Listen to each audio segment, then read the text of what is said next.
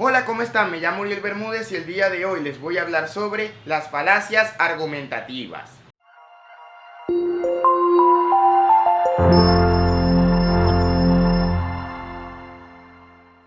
Todos hemos escuchado ese tipo de ataques argumentativos. En nuestro día a día, en la televisión, en los periódicos y sobre todo en cualquier cosa relacionada con la política.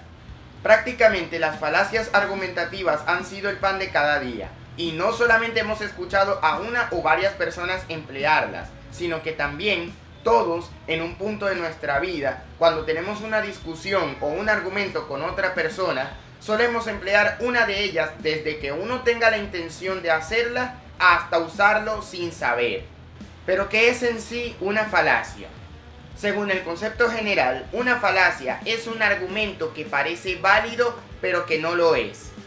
Suelen ser usadas de manera intencional para manipular o persuadir a los demás, mientras que otras, como ya lo dije, se dicen sin ninguna intención, ya sea por descuido o por ignorancia.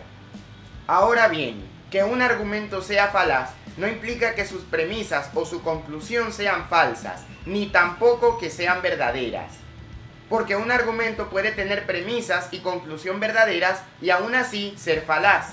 Las falacias existen no solamente en el campo de la lógica, sino también en el campo de la política, la retórica, el derecho, la ciencia, la religión, la mercadotecnia, el cine y en general cualquier área en la cual la argumentación y la persuasión sean de especial relevancia. Si nos vamos a la historia, Aristóteles estipuló que habían 13 falacias, por lo que dividió en dos grupos a aquellas falacias.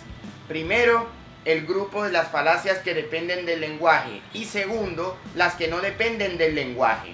En el primer grupo, Aristóteles puso las 6 falacias que dependen de ambigüedades, anfibologías, combinaciones de palabras, divisiones de palabras, acento y forma de expresión.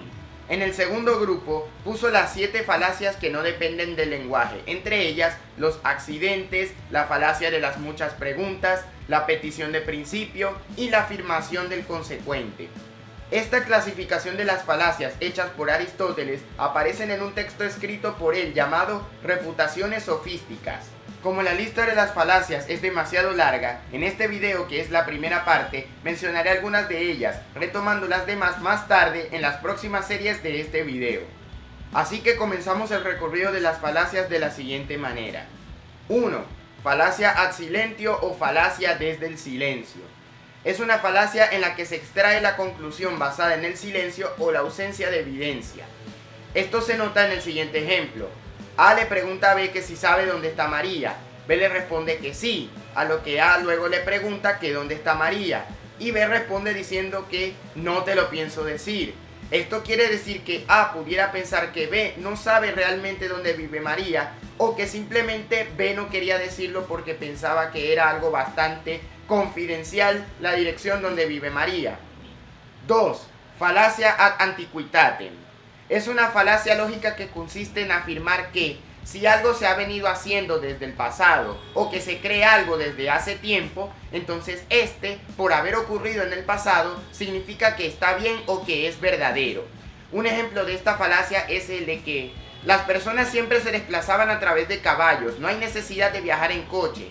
Esto es mentira porque hoy en día todo el mundo anda en carro y no en caballos como se hacía hace siglos atrás. 3. Falacia ad consequentiam, o argumento dirigido a las consecuencias.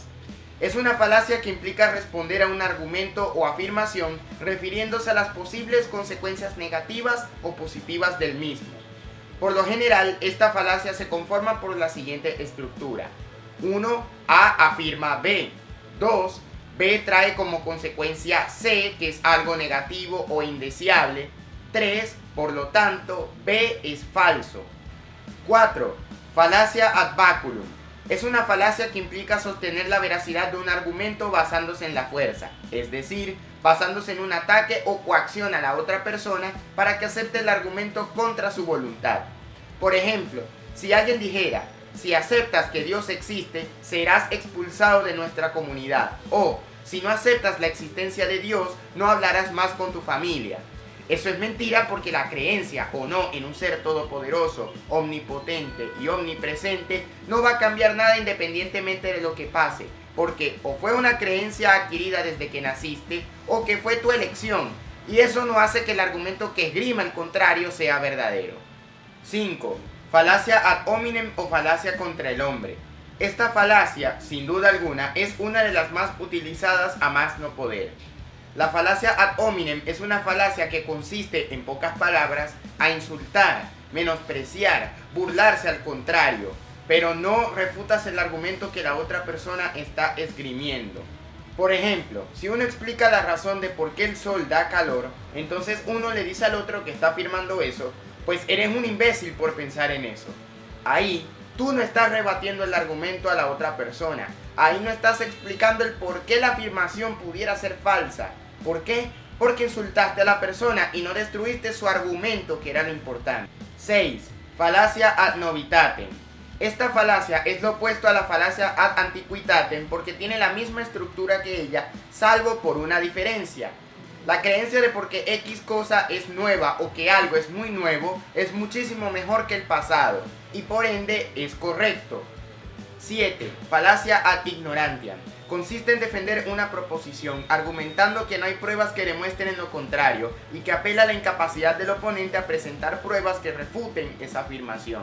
Es decir, que como la otra persona no tiene pruebas para desmontar lo que aquella estaba diciendo, es inútil por no refutarla. Un ejemplo de esto es lo siguiente: tú no puedes demostrar que Dios existe, por lo tanto Dios no existe. Otro ejemplo es: no se puede demostrar que Dios no existe, por lo tanto Dios existe. 8.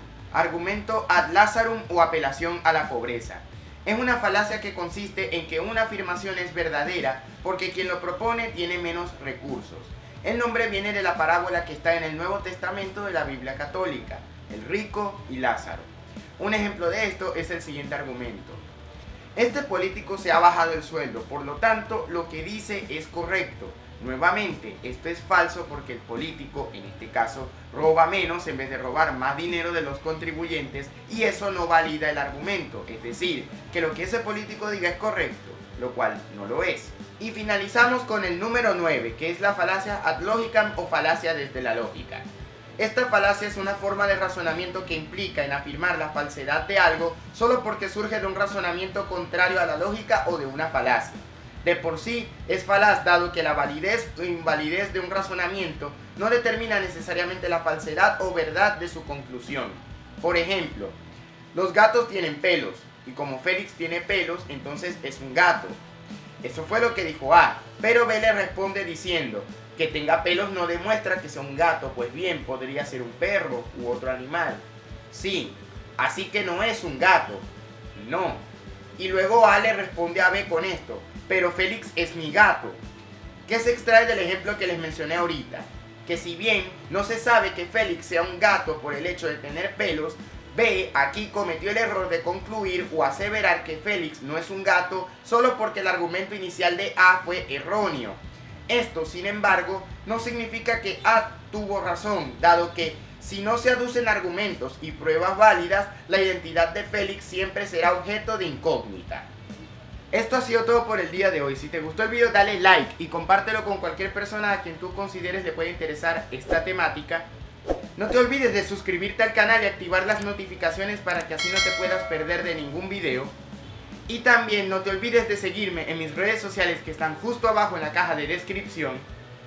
Por cierto, quería decirles que por fin tengo una cuenta oficial en TikTok. ¿Qué subo yo en esa cuenta? El mismo contenido que ustedes ven aquí, pero con la diferencia de que subo uno que otro video cómico. Así que les digo que de una vez vayan a TikTok, búsquenme allí como @urielbermudezofi, que es el mismo nombre de usuario de mi cuenta de Instagram. Me siguen y también activen el código que se encuentra allí abajo, que es el código de invitación, que es el mío. Un abrazo a todos y nos vemos el próximo sábado.